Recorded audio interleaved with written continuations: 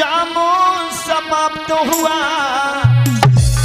और बतलाए दे धुन को जाम कहाँ बतलाए दे धुन को जाम कहाँ।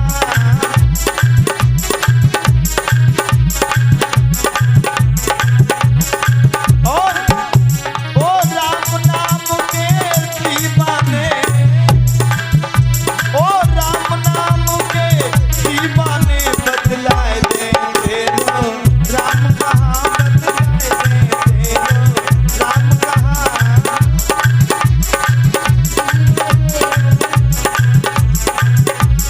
और बोले हैं प्रहलाद कहने लगे पिताजी, बोले प्रहलाद राम मेरा व्यापक सारे संसार में है, तुझ में भी है मुझ में भी है, खम्मे में है तलवार में है, खम्मे में है तलवार में है।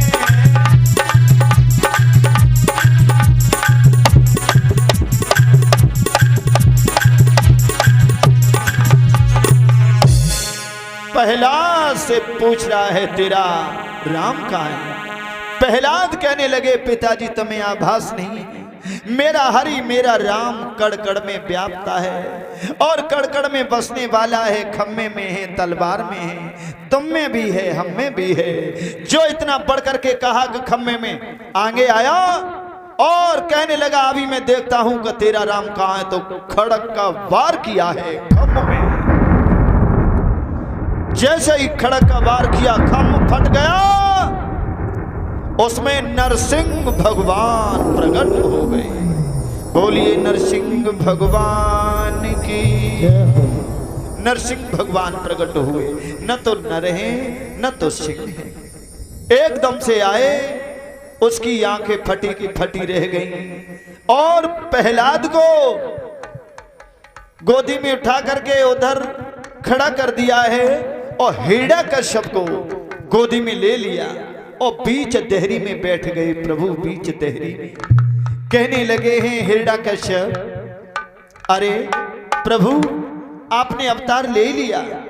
भगवान कहने लगे अवतार तो मुझे लेना ही पड़ता, क्योंकि तूने मेरे भक्त को बहुत बड़ा दुख दिया है। और हिरण्यकश्यप तू बाहर तो नहीं है, नहीं भीतर तो नहीं है, नहीं बीच देहरी में आप बैठे हो मुझे लेकर के, ऊपर नहीं है, नहीं नीचे नहीं है, आपकी गोदी में मैं लेटा हुआ हूं और मेरे पास कोई हथियार नहीं है।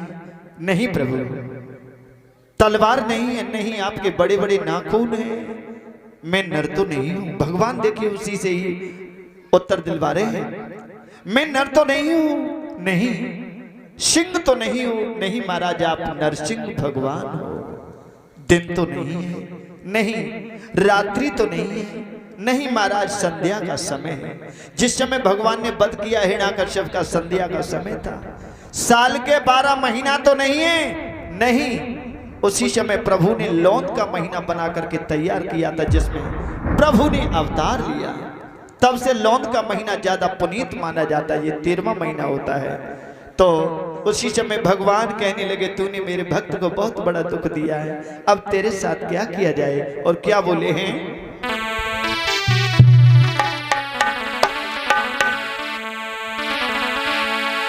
बोले बचन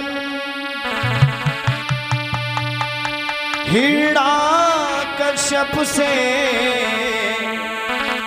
तेरा बुहाल बनाऊंगा। और क्या बोले हैं, अरे हिरण्यकश्यप मार दिया जाए या छोड़ दिया जाए, बोल तेरे साथ क्या सलूक किया जाए।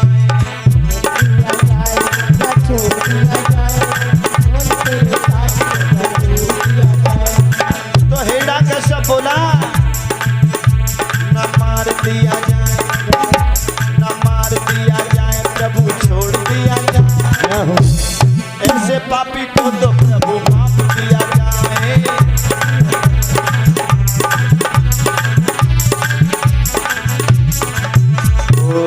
गोविंद भगवान की इधर प्रहलाद की तरफ जैसे ही निहारा का बहुत दुख दिए हैं, सोई भगवान ने अपने नाखूनों को पेट में गड़ा दिया और बीच से उसको फाड़ दिया है मेरे बंधु।